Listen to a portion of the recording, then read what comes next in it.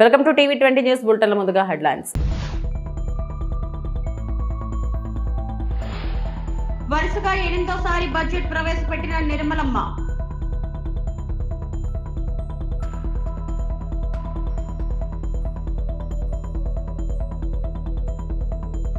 Police ఆధ్వర్యంలో ప్రేరణ job Mela.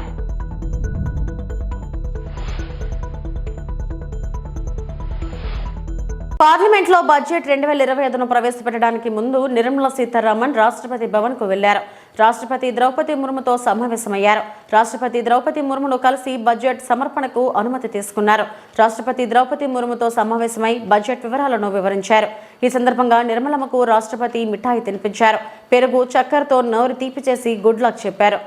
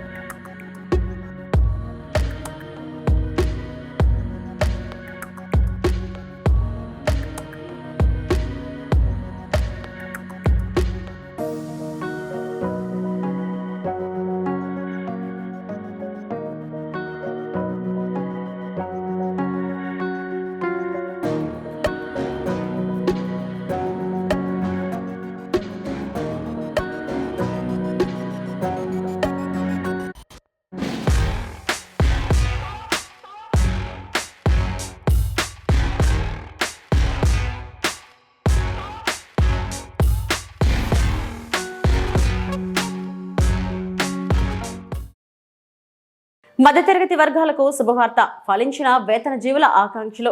చాన్నాలకు NDA హయాంలో పన్ను చెల్లింపుదారులకు భారీ ఊరట. కొత్త పన్ను విధానం. వ్యక్తిగత ఆదాయ పన్నుపై కేంద్రం కీలక నిర్ణయం. 12 లక్షల వరకు వ్యక్తిగత ఆదాయ పన్ను నుంచి మినహాయింపు. కొత్త పన్ను విధానంలో 12 లక్షల వరకు పన్ను నుంచి మినహాయింపు.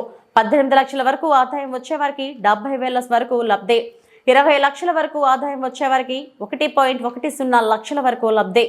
పాత పన్ను విధానం. పాత పన్ను విధానంలో 4 లక్షల వరకు పూర్తి పన్ను మినహాయింపు. 4 లక్షల నుంచి 8 లక్షల ఆదాయంపై 5% పన్ను. 8 లక్షల నుంచి 12 లక్షల ఆదాయంపై 10% పన్ను. 12 లక్షల నుంచి 16 లక్షల ఆదాయంపై 15% పన్ను.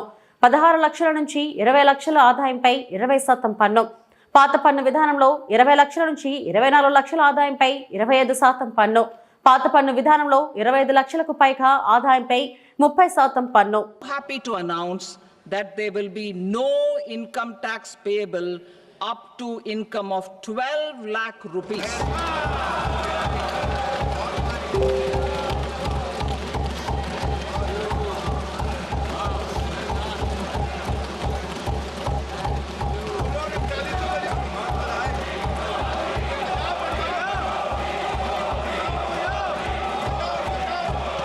Personal income tax reforms with special focus on middle class. Democracy, demography, and demand are the key support pillars in our journey towards Vikasit Bharat. The middle class provides strength for India's growth. This government, under the leadership of Prime Minister Modi, has always believed in the admirable energy and ability of the middle class in nation building. In recognition of their contribution,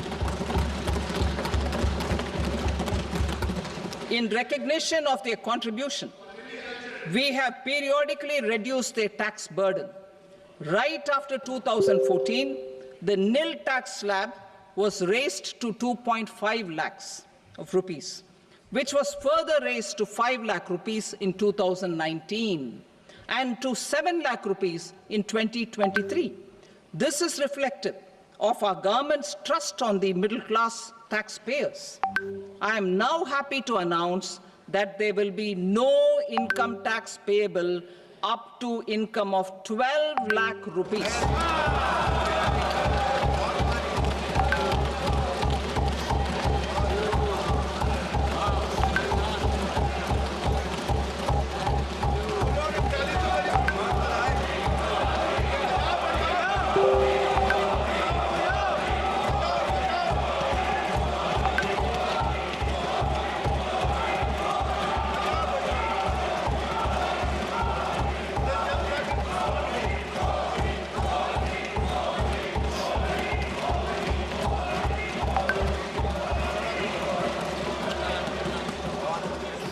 So, average income of 1 lakh per month other than the special rate income such as capital gains under the new regime.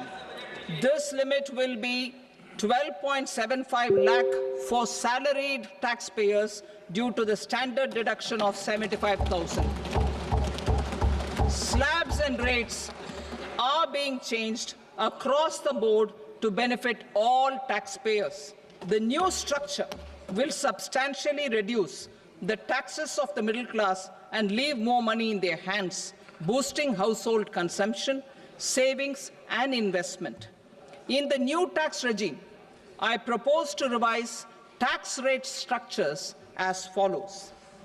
0 to 4 lakh rupees nil, 4.8 lakh rupees to 4 to 8 lakh rupees 5%, 8 to 12 lakh rupees 10%, 12 to 16 lakh rupees 15%, 16 to 20 lakh rupees 20%, 20 to 24 lakh rupees 25%, and above 24 lakh rupees 30%. To taxpayers up to 12 lakh of normal income other than special rate income such as capital gains. I read that again. To taxpayers up to 12 lakh of income other than special rate income such as capital gains, tax rebate is being provided in addition to the benefit due to slab rate reduction in such a manner that there is no tax payable by them. The total tax benefit of slab rate changes and rebate at different income levels can be illustrated with a few examples. A taxpayer in the new regime with an income of 12 lakh rupees will get a benefit of 80,000 rupees in tax, which is 100% of tax payable as per the existing rates. A person having income of 18 lakh rupees will get a benefit of 70,000 rupees in tax. That is 30% of tax payable as per existing rates. A person with an income of 25 lakh gets a benefit of 1,10,000 rupees. That is 25% of his tax payable as per existing rates. తనకు పద్మభూషణ్ పురస్కారం రావడంపై నటుడు బాలకృష్ణ ఆసక్తికర వ్యాఖ్యలు చేశారు. సినీ రంగానికి చేసిన సేవలకు గాను బాలకృష్ణకు భారత ప్రభుత్వం పద్మభూషణ్ అవార్డు ప్రకటించిన విషయం తెలిసిందే. ఈ సందర్భంగా బసవతారకం క్యాన్సర్ ఆసుపత్రిలో బాలకృష్ణకు సన్మాన కార్యక్రమం నిర్వహించారు. ఈ సందర్భంగా మాట్లాడిన ఆయన అవార్డు తనకు ఎప్పుడో వచ్చి ఉండాల్సిందని పలువురు అంటున్నారని తెలిపారు. తనకు ఈ అవార్డు రావడంలో ఆలస్యమేం కాలేదన్నారు. సినీ పరిశ్రమలో 50 ఏళ్లు పూర్తి చేసుకుని మూడోసారి ఎమ్మెల్యేగా గెలుపొందిన ఈ సమయంలో ఇలాంటి పురస్కారానికి ఎంపిక కావడం తనకెంతో ప్రత్యేకమని తెలిపారు. నా పనిని నేను చేసుకుంటూ వెళ్ళిపోతుంటాను కాబట్టి పదవులకు నేను అలంకారం కానీ పదవులు నాకు ఇప్పుడు అలంకారం కాదు. ఏది నేను సాధించిన జీవితంలో ఇంకా ఎంతో చేయాలి అన్న ఒక స్ఫూర్తి ప్రదాత మా నాన్నగారు విశ్వవిఖ్యాత నట సార్వభౌమ డాక్టర్ పద్మశ్రీ నందమూరి తారక రామారావు గారు. ఎవరు వాళ్ళ పాత్రని బాగా పోషిస్తే వాళ్ళ రంగాల్లో వాళ్ళు రాణిస్తారు. ఇదిగో ఇటువంటి పద్మశ్రీలు కానివ్వండి, పద్మభూషణ్లు కానివ్వండి, పద్మవిభూషణ్లు కానివ్వండి, లేకపోతే గ్యాలంటరీ అవార్డ్స్ కానివ్వండి, అవి వెతుక్కుంటూ వస్తాయి వెనకాలే. ఇందాక మాటల్లో ఎవరు అన్నప్పుడు అన్నారు నాకు వచ్చింది పద్మభూషణ్, ఏదైతే మీకు దూరంగా ఉందో అంటే ఇవాళ నాకు వచ్చింది, ఇవాళ మీ అందరికి వచ్చినట్టే నేను భావిస్తాను. దేనికి ఆశించకుండా, ప్రతిఫల అపేక్ష లేకుండా మన వంతు మన పని నిబద్ధతతో, ఒక క్రమశిక్షణతో, పట్టుదలతో సరైన దారిలో మనకి ఏదైతే సమాజం ఇచ్చిందో దానికి ప్రతిఫలంగా సొంత లాభం కొంత మానుకుని అన్నట్టు సమాజానికి ఉపయోగపడితే ఏదన్నా మనం సాధించవచ్చు. చాలా మంది అంటున్నారు ఇది ఇంతకు ముందే రావాల్సిందని పద్మభూషణ్. వాడు చెప్తాను నేను ఎప్పుడు ఆధ్యాత్మిక చింతనలో ఉంటాను, పూజలు ఎక్కువ చేస్తుంటాను.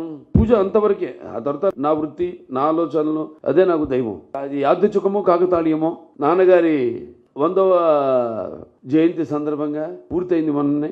తర్వాత ఆయన 75 సంవత్సరాలు చలనచిత్ర పరిశ్రమకు అడుగిడిన సందర్భంగా మొదటి సినిమా మన దేశం విడుదలైంది. నేను 50 సంవత్సరాలు ఇండస్ట్రీలో పూర్తి చేసుకోవడం, అలాగే నేను 3వసారి మళ్ళీ ఎమ్మెల్యేగా హిందూపూర్ నుంచి గెలవడం, అలాగే సినిమా రంగంలో నా సినిమాలు 4 హిట్లు కావడం, అఖండ అయితేనేమి, వీరసింహారెడ్డి అయితేనేమి, నేలకొండ భగవంత్ కేసరి అయితేనేమి, ఇప్పుడు మొన్న రిలీజ్ అయిన డాకు మహారాజ్ అయితేనేమి, ఇవన్నీ కలిసికట్టుగా ఇవన్నీ వచ్చిన సందర్భంగా ఇది రావడం అన్నది అది నాకు చాలా సంతోషంగా ఉంది. ఆలస్యం ఏం కాలేదు. చాలామంది ఎంతోమంది ఆర్టిస్టులు కొన్నేళ్ళు లైమ్ లైట్లో ఉండి తర్వాత కొంచెం తగ్గాక ట్రాక్ మారుస్తారు, అంటే క్యారెక్టర్ ఆర్టిస్టులని అలా మారుతారు. కానీ నేను ఆ భగవంతుడి కళామ తల్లి ఆశీస్సులతో, మా అమ్మగారి దీవెనలతో, నాన్నగారి దీవెనలతో ఇలా ఈ రికార్డ్ ట్రాక్స్ సంతరించుకుని మళ్ళీ నా సెకండ్ ఇన్నింగ్స్ మొదలైంది అని చెప్పాను. నేను కూడా సరే దానంతటికి అది వచ్చింది. ముఖ్యంగా నా అభిమానులు అయితేనేమి, అలాగే తెలుగు ప్రేక్షక దేవుళ్ళు అయితేనేమి, ఇవాళ మన Basava Taraka Indo American cancer hospital and research institute, మన కుటుంబం అయితేనేమి, నా హిందూపురం ఒక పెద్ద కుటుంబం, హిందూపురం కుటుంబం అయితేనేమి, అందరూ ఎన్నో రకాలుగా వాళ్ళు ఈ యొక్క గుర్తింపుకి వాళ్ళకి వచ్చినట్టుగా వాళ్ళు భావిస్తూ వస్తాయి. చాలామందికి అవార్డులు వస్తాయి, కానీ ఎవరు వాళ్ళకు వచ్చినట్టుగా భావించరు, ఆ వ్యక్తికి వచ్చినట్టు భావిస్తారు. నాకు వచ్చిందంటే ఇవాళ యావత్ నేను చెప్పిన అందరూ వాళ్ళకు వచ్చినట్టుగా భావించడం అంటే, వేల లక్షల కోట్ల మందిని కుటుంబ సభ్యుల్ని పొందడం అంటే అది ఏ జన్మజన్మన అనుబంధమో, ఏ రుణానుబంధమో, ఏ విడదీయలేని అనుబంధమో కదా అని నాకు అనిపిస్తూ ఉంటుంది. అల్లూరు జిల్లా చింతపల్లి మండల కేంద్రంలో జిల్లా ఎస్పీ అమిత్ బర్దార్ ఆదేశాల మేరకు స్థానిక సర్కిల్ ఇన్స్పెక్టర్ ఎం వినోద్ బాబు ఆధ్వర్యంలో జాబ్ మేళా. ముఖ్య అతిథులుగా విచ్చేసిన స్థానిక ASP Navajyothi Mishra, CRPF assistant commandant Vinitha, Chintapalli GK వీధి, కొయ్యూరు మండలాల నుంచి 6 పోలీస్ స్టేషన్ల పరిధిలో సుమారు 500 మంది యువతి యువకులు హాజరు. యువతి యువకుల సమాచారం సేకరించి రిజిస్ట్రేషన్ నమోదు చేసుకున్న ఇన్నర్ సోర్స్ ప్రతినిధులు ఉన్ని కృష్ణన్. ఇప్పుడు ఎక్కడికైతే జాబ్ సెలెక్ట్ చేసి వెళ్తారో అక్కడ జాబ్ చేయడానికి మీకు మంచి పేషెన్సీ ఉండాలి. ఎందుకంటే ఈరోజు ఇస్రో చైర్మన్ గారు ఉన్నారంటే, ఇస్రో చైర్మన్ గారి స్టోరీ మీరు మొన్న చదివాను. ఇస్రో చైర్మన్ గారు ఒక సాధారణ ఒక ఎంప్లాయ్ కింద జాయిన్ అయ్యారు ఇస్రోలో. ఈరోజు ఆయన ఇస్రో చైర్మన్ అయ్యారు. ఆయన ఒక ఎకనామికల్గా స్టేటస్ తక్కువ ఉంటే 2 అబ్బాయిలు, ఇతను ఆయన తమ్ముడు. ఆయన తమ్ముడికి ఇంజనీరింగ్ సీట్ వస్తే ఈయన చదవడానికి డబ్బులు లేకపోతే ఈయన డ్రాప్ అవుట్ అయిపోతాడు. డ్రాప్ అవుట్ అయిన తర్వాత ఈయన ఏంటంటే వ్యవసాయం చేస్తూ వాళ్ళ బ్రదర్ని పంపిస్తూ ఈయన పార్ట్ టైం ఏంటంటే డిగ్రీ చేసుకుంటాడు. ఆ తర్వాత ఇస్రోలో అవకాశం వస్తే చిన్న ఎంప్లాయీగా జాయిన్ అయ్యి మీరు ఇస్రో చైర్మన్ అయ్యాడు. సార్ చెప్తుంది ఏంటంటే, మీకు ఇచ్చిన అవకాశాన్ని చిన్నదనో లేకపోతే ఇంకో విధంగా అనుకోకుండా మీరు ముందు అక్కడికి వెళ్ళి అక్కడ అట్మాస్ఫియర్కి అలవాటయ్యి పేషెన్సీగా ఉండి ఇక్కడ స్థితిగతులు, మీ పేరెంట్స్ యొక్క ఇబ్బందులు ఇవన్నీ గమనించి ఉండాలని చెప్పారు. అలాగే డిఎస్పీ మేడం గారు ఇందులో ఒక ఇంపార్టెంట్ మ్యాటర్ చెప్పారు. హోమ్ సిక్ అనేది అలాగే పేషెన్సీ అనేది మీకు ఉండాలి. హోమ్ సిక్ ఉండాల్సిన అవసరం లేదు. నేను ఎక్కడో బయట నార్త్ స్టేట్ ఇది, నేను వచ్చి ఇక్కడ ఈరోజు ఆంధ్రాలో మీ దగ్గర జాబ్ చేసుకుంటున్నాను, మరి నాకు కూడా ఫ్యామిలీ ఉంది కదా అక్కడ అని చెప్పారు. మీకు అర్థమైంది కదా. కాబట్టి ఏంటంటే మీరు ఇక్కడ జాబ్ అక్కడ వెళ్ళిన తర్వాత ఆ జాబ్ని నిలబెట్టుకోవడం ఇంపార్టెంట్. మీరు జాయిన్ అవ్వడం ఏ స్థాయిలో జాయిన్ అయినా కూడా మీకంటూ ఒక గోలు సాధిద్దామన్న తపన, కసి అన్నీ ఉంటే మీరు ఖచ్చితంగా మీరు అది రీచ్ అవ్వగలరు అని మన ఏఎస్పీ గారు సార్ క్లియర్ మీకు చెప్పింది అదనమాట. అంటే utmost only single agenda, hard work and patience. Sir చెప్తుంది పేషెన్సీ ఉండమని చెప్తున్నారు. ఇది కొంచెం మీరు మర్చిపోకుండా మైండ్లో పెట్టుకొని అంటిల్ మీరు మనస్ఫూర్తిగా మీరు పై స్థాయి కదడానికి దీన్ని బాగా యూటిలైజ్ చేసుకోండి. దీన్ని థ్యాంక్ యూ. తీసుకున్నప్పుడు మీకు అన్నీ ఎక్స్ప్లెయిన్ చేయబడతాయి. బేసిక్గా Tata electronics, M&M and milky mist వంటి పెద్ద పెద్ద కంపెనీస్లో non local companies, Bengaluru, Hyderabad, Chennai లొకేషన్స్లో ఉన్న కంపెనీస్లో మేము మంచి లొకేషన్ కోసం మంచి డిజిగ్నేషన్తో మేము హైర్ చేసుకుంటాం. ఇది డిపార్ట్మెంట్ నుంచి ఆర్గనైజ్ చేసిన ప్రోగ్రామ్ కాబట్టి మేము 1 or 2 రౌండ్స్లో మీకు పొజిషన్ అనేది ఇవ్వడం జరుగుతుంది. అండ్ ఇక్కడి నుంచి ఎవరైతే అదర్ లొకేషన్స్కి వెళ్ళడానికి రెడీగా ఉన్నారో వాళ్ళకి ఏంటంటే 18,000 plus salary plus food and accommodation provide చేస్తూ బెంగళూరులో మనకి ఒక 3-4 కంపెనీస్ మేము తీసుకురావడం జరిగింది. అలాగే లాస్ట్ ఇయర్ కూడా ఈ ఏరియా నుంచి కొంతమంది పిల్లల్ని మేము తీసుకెళ్ళి ఉన్నాం. వాళ్ళు ఆల్రెడీ ఇప్పుడు మంచిగా వర్క్ చేస్తున్నారు. సో మీరు మేడం చెప్పినట్టుగా హోమ్ సిక్ వంటి చిన్న చిన్న సిల్లీ రీజన్స్తో ఊర్లోనే ఉండి ఇక్కడ ఇబ్బందులు పడుతున్న కంటే మేము ఇచ్చిన మంచి ఆపర్చునిటీని వినియోగించుకొని వారు మంచిగా వర్క్ చేయడానికి రెడీగా ఉంటారని కోరుతున్నాను. అండ్ బెంగళూరు, ముంబై, చెన్నై, హైదరాబాద్ వంటి లొకేషన్స్కి ఎవరైతే వెళ్ళి వర్క్ చేయలేం, మాకు ఫ్యామిలీ ప్రాబ్లమ్స్ అండ్ ఫినాన్షియల్గా ఇష్యూస్ ఉన్నాయి, లోకల్లోనే జాబ్స్ కావాలి అని ఎవరైతే ఎదురు చూస్తున్నారో వాళ్ళకి హైదరాబాద్ అండ్ వైజాగ్ మీకు నియర్ బై లొకేషన్స్లో 11,000 శాలరీ నుంచి 15,000 శాలరీతో మేము కొన్ని కంపెనీస్ని తీసుకొచ్చున్నాం. సో అవి కూడా మేము ఇండివిజువల్గా ఇంటర్వ్యూస్ చేసినప్పుడు చెప్పడం జరుగుతుంది. సో ఈ యొక్క మంచి ఆపర్చునిటీని వినియోగించుకుంటారని కోరుచున్నాను. అలాగే మీకు ఆల్రెడీ క్యూఆర్ స్కానర్స్ అనేవి ఇవ్వడం జరిగింది.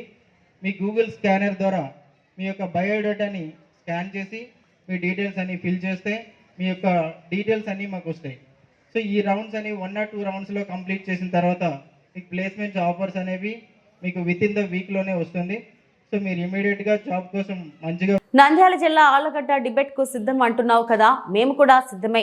వైఎస్ఆర్సీపీ నాయకుడు భూమా కిషోర్ రెడ్డి ఆళ్లగడ్డ ఎమ్మెల్యే భూమా అఖిలప్రియకు ప్రతి సవాల్ విసిరిన భూమా కిషోర్ రెడ్డి, మీరు ఎక్కడెక్కడ అవినీతి జరిగిందో అక్కడే డిబేట్ పెడదామని మీడియా ముందు తనదైన శైలిలో నిప్పులు చెరిగారు. మేము చెప్పింది విజయ డైరీలో కొత్తూరు గ్రామంలో ఎర్రమట్టి, జగత్ డైరీలో 70 లక్షల కరెంటు బిల్లులు బకాయిలు ఉందని, అక్కడికి వచ్చి డిబేట్ పెడితే ఇంకా చాలా బాగుంటుందని తెలియజేశారు. భూమా కిషోర్ రెడ్డి నా ఇంటి ముందుకు వచ్చి నువ్వు ఏం చేస్తావు, అవినీతి ఎక్కడ జరిగిందో అక్కడే డిబేట్ పెడదామని, దానికి కూడా మేము సిద్ధమని వైసీపీ నేత భూమా కిషోర్ రెడ్డి ప్రతి సవాల్ విసిరారు. నిన్న నేను చేసిన అఖిలప్రియ మీద చేసిన ఆరోపణలకి ఈరోజు స్పందిస్తూ ఎలక్ట్రానిక్ మీడియాలో వీడియో చూశాను. ఆమె మాట్లాడుతూ చర్చకి ప్రూఫ్లతో పాటు నువ్వు సవాల్ అంటున్నావు కాబట్టి నేను సిద్ధం అంటుంది. సిద్ధం అంటూ ఆమె నీ ఇంటికి వస్తా 4 గంటలకి, నువ్వు ఉండు, నేను దీని మీద చర్చించాలి అది అని మాట్లాడుతుంది. సో ఈరోజు నిన్న నేనేమి ఆరోపించాను, విజయ డైరీలో నువ్వు 1 కోటి పైన అప్పున్నావు అని చెప్పేసి నీ మీద ఒక ఆరోపణ చేశాను. దాన్ని ప్రూవ్ చేయాలంటే నా ఇంటికి వచ్చి నేను గాడిదలు కాస్తామా? దాన్ని ప్రూవ్ చేయాలంటే విజయ డైరీలో డిబేట్ పెట్టు. అండ్ ఇంకోటి ఎలక్ట్రికల్ డిపార్ట్మెంట్, ఈరోజు ఎలక్ట్రికల్ డిపార్ట్మెంట్కి నువ్వు బకాయిలు ఉన్నావు అని చెప్పి నేను ఆరోపించడం జరిగింది. అది ప్రూవ్ చేయాలంటే నా ఇంట్లో ప్రూవ్ అవుతుందా? ఎక్కడ పోయి ప్రూవ్ చేసుకోవాలి? పెట్టు, దమ్ము ఉంటే ఎలక్ట్రికల్ డిపార్ట్మెంట్లోనే డిఈ ఆఫీస్లో పెట్టు. అదేవిధంగా కొత్తూరులో ఎర్రమట్టి తోలుతున్నావు అన్నాను. ఇక్కడ కూర్చుంటే ఏమొస్తుంది? ఎర్రమట్టి తోలినా లేదో చూడాలంటే ఆడికి పోవాలి కదమ్మా. ఇదేందో నీ ఇంటికి వస్తా, నీ నట్టింటికి వస్తా, ఏం బాలకృష్ణ సినిమా డైలాగ్లో ఏమన్నా? అది కాదు. నువ్వు నిజంగా చిత్తశుద్ధే ఉంటే చర్చకు రావాలి అనుకుంటే ఈ డైవర్షన్ పాలిటిక్స్ ఆపు. ప్రతి దానికి మీ తెలుగుదేశం పార్టీ వాళ్ళకి డైవర్షన్ డైవర్షన్ డైవర్షన్. ముందే అది ఆపి నువ్వు చర్చకు రావాలనుకుంటున్నావు, పద విజయ డైరీకి పోదామా, లేకపోతే కొత్తూరుకి పోదామా, కుర్జీలు నువ్వే తెప్పిస్తా ఉన్నావు, తెప్పించు. మా దగ్గర అక్రమంగా సంపాదించే సొమ్ము కూడా లేదు, నువ్వే పెట్టు. కుర్జీలు తెప్పిస్తావు, నీళ్లు తెప్పిస్తావు, టీ తెప్పిస్తావు, అందరికి తెప్పించు. అన్ని ఆన్నే పెట్టు. కొత్తూరులో కూర్చున్నాం, గ్రామ ప్రజల్ని పిలుచు. ఎవడా దొంగనా కొడుకులు ఎత్తుకుపోయేది మట్టి ఆడని పేరు చెప్పిస్తాం. అండ్ ఇంకా ఏమున్నా నీ మీద ఆరోపణలు చేస్తున్నాం, ప్రతిదానికి నేను కట్టుబడి ఉన్నా. నువ్వు నా ఇంటికి వస్తే ఏం పీకేది ఏముంది? ఎప్పుడు చూసినా నీ ఇంటికి వస్తే నేను ముందు అది మానుకొని రేపు నువ్వు చర్చకి సిద్ధమైతే పద విజయ డైరీకా, టైం నువ్వు చెప్తావా, మేం చెప్పమంటా మేము చెప్తాం, లేదా ఎలక్ట్రికల్ డిపార్ట్మెంట్గా నువ్వే చెప్పు. ఎప్పుడు కావాలంటే అప్పుడు నీ డిపార్ట్మెంటే కదా, వాళ్ళు అందుబాటులో ఉండాలంటే నువ్వు చెప్తూనే ఉంటారు, మేము చెప్తే ఉండరు. డిఈ ఉండాలంటే మేము చెప్తే ఉండరు, మీరు చెప్తూనే ఉంటారు. నీ ఇంటి పక్కనే ఆ 2 నెంబర్లు కూడా మీకు తెలియదంటే చెప్పండి, మేమే చెప్తాం, సర్వీస్ నెంబర్లు కూడా. సో ఏదైనా ఈరోజు ఇసుక మీద అవినీతి చెప్పినాము. ఇసుక మీద ఆల్రెడీ నిన్న అధిక రేట్లకు అమ్ముతున్నారని చెప్పేసి పొద్దున్నే రైట్ చేసి మరీ తీసుకుపోయి ఆడబెట్టినారు. ప్రతి ఒక్కటి మేము ఆరోపించిన దాని మీద సిద్ధం. నువ్వు ఏదో ఊరిక స్టంట్లు చేసి ఈ పాత సినిమా, అదే స్కూల్ నుండి మేము ఇక్కడికి వచ్చినాం, ఈ డ్రామా ఆర్టిస్ట్ సినిమాలన్నీ చూసినాం. ఇప్పుడు నువ్వు మళ్ళీ అదే డ్రామా రిపీట్ చేయొద్దండి. నేను ఇంటికి వస్తాను, ఈ డైలాగులన్నీ విని విని విసుకొచ్చి. నంద్యాల జిల్లా కొత్తపల్లి మండలం కొలను భారతి క్షేత్రంలో వసంత పంచమికి అధికారులు ఏర్పాట్లు చేస్తున్నారు. ఆంధ్రప్రదేశ్లో ఏకైక సరస్వతి దేవి ఆలయంగా కొలను భారతి క్షేత్రం విరాజిల్లుతుంది. వసంత పంచమి సందర్భంగా ఉమ్మడి కర్నూలు జిల్లా నుండి కాకుండా చుట్టుపక్కల జిల్లా నుండి పెద్ద ఎత్తున భక్తులు తరలివచ్చి తమ పిల్లలను సరస్వతీదేవి చెంత అక్షరాభ్యాసం చేయించుకుంటున్నారు. ఫిబ్రవరి 2వ తేదీ ఆదివారం వసంత పంచమి సరస్వతీదేవి పుట్టినరోజు సందర్భంగా ఆత్మకూరు ఆర్డీఓ నాగజ్యోతి ఆధ్వర్యంలో అధికారులు ఏర్పాట్లు చేస్తున్నారు. వసంత పంచమికి శ్రీశైల దేవస్థానం తరపున అమ్మవారికి పట్టు వస్త్రాలు సమర్పిస్తారు. వేలాదిగా తరలివచ్చే భక్తుల కోసం ఆర్టీసీ ఆధ్వర్యంలో ఆత్మకూరు నుండి బస్సు సౌకర్యం కల్పిస్తున్నారు. క్షేత్ర పరిధిలోని ఆర్యవైశ్య అన్నదాన సత్రం, కాశిరెడ్డి నాయన అన్నదాన సత్రం వారు భోజన వసతి ఏర్పాట్లు చేస్తారు.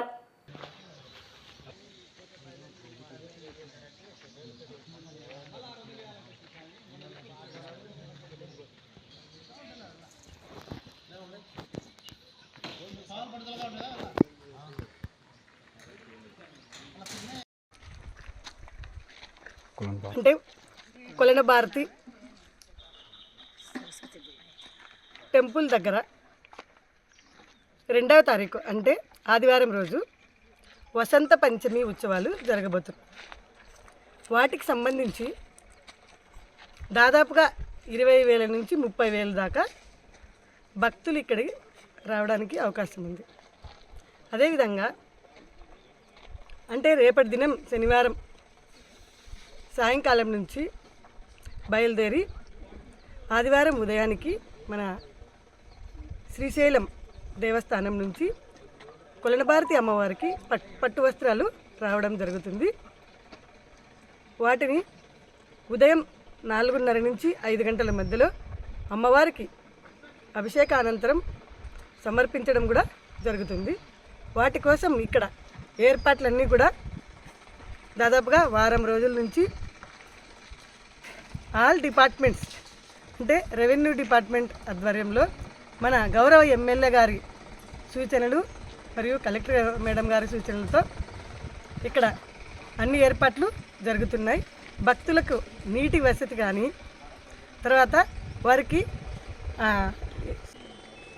తర్వాత భోజన సదుపాయం కానీ అన్నీ కూడా ఎటువంటి ఇబ్బందులు లేకుండా చూసుకోవడానికి అందరూ కూడా ప్రయత్నం చేశారు. దాదాపుగా అన్ని సదుపాయాలు పూర్తి కావచ్చాయి. రేపటి సాయంత్రానికల్లా అన్నీ కూడా పూర్తి అవుతాయి. కాబట్టి భక్తులందరూ కూడా ప్రశాంతంగా వసంత పంచమి రోజు ఇక్కడికి వచ్చి దర్శించుకొని అమ్మవారి పైకి పాత్రలు కాగలుగుతారు. తర్వాత ఇక్కడ మన రాష్ట్రంలోనే ఉన్న ఒకే ఒక సరస్వతీదేవి దేవస్థానం కాబట్టి ఆ రోజు ఇక్కడ మన చిన్నపిల్లలకి అక్షరాభ్యాసాలు కూడా ఇక్కడ ఎక్కువగా జరుగుతాయి. సో కాబట్టి ఎవరికి కూడా ఎటువంటి ఇబ్బందులు కలగకుండా బారికేడ్ సదుపాయం కూడా తోసుకోకుండా జరగడానికి ఏర్పాట్లు చేస్తున్నాము. సో అందరూ కూడా ఇది గుర్తుంచుకొని ప్రతి ఒక్కరూ భక్తులందరూ కూడా దేవస్థానానికి వచ్చి దర్శించుకోవచ్చు. మనము ఆర్టీసీ డిపార్ట్మెంట్తో మాట్లాడి స్పెషల్ బస్సులు కూడా అరేంజ్ చేయడం జరిగింది. సో కాబట్టి ఎటువంటి ఇబ్బంది లేకుండా వాళ్ళు ఎవరైనా కూడా వచ్చి దర్శించుకోవచ్చు. అన్నీ పూర్తి చేశారు. పార్కింగ్ ఇక్కడ పార్కింగ్కి R&B డిపార్ట్మెంట్ వాళ్ళు, తర్వాత మనకి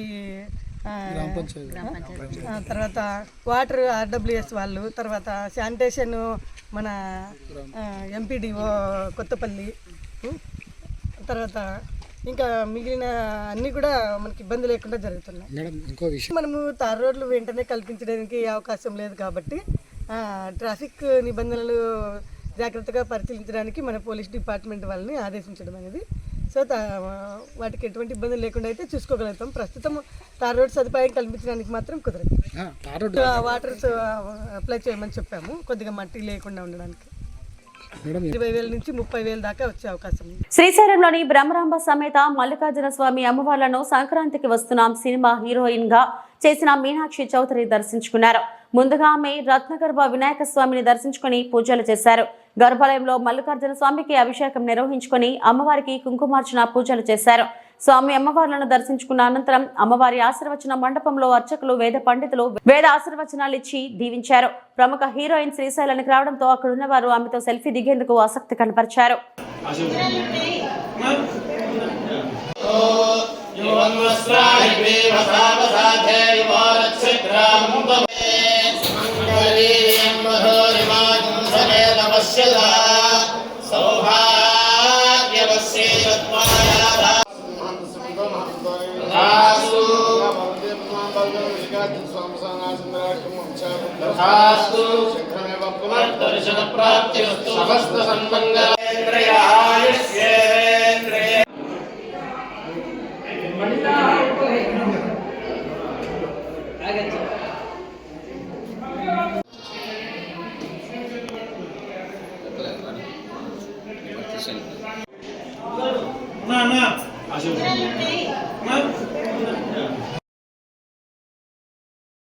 ఇవి ఇప్పటివరకు నా బులెటిన్ అప్డేట్స్.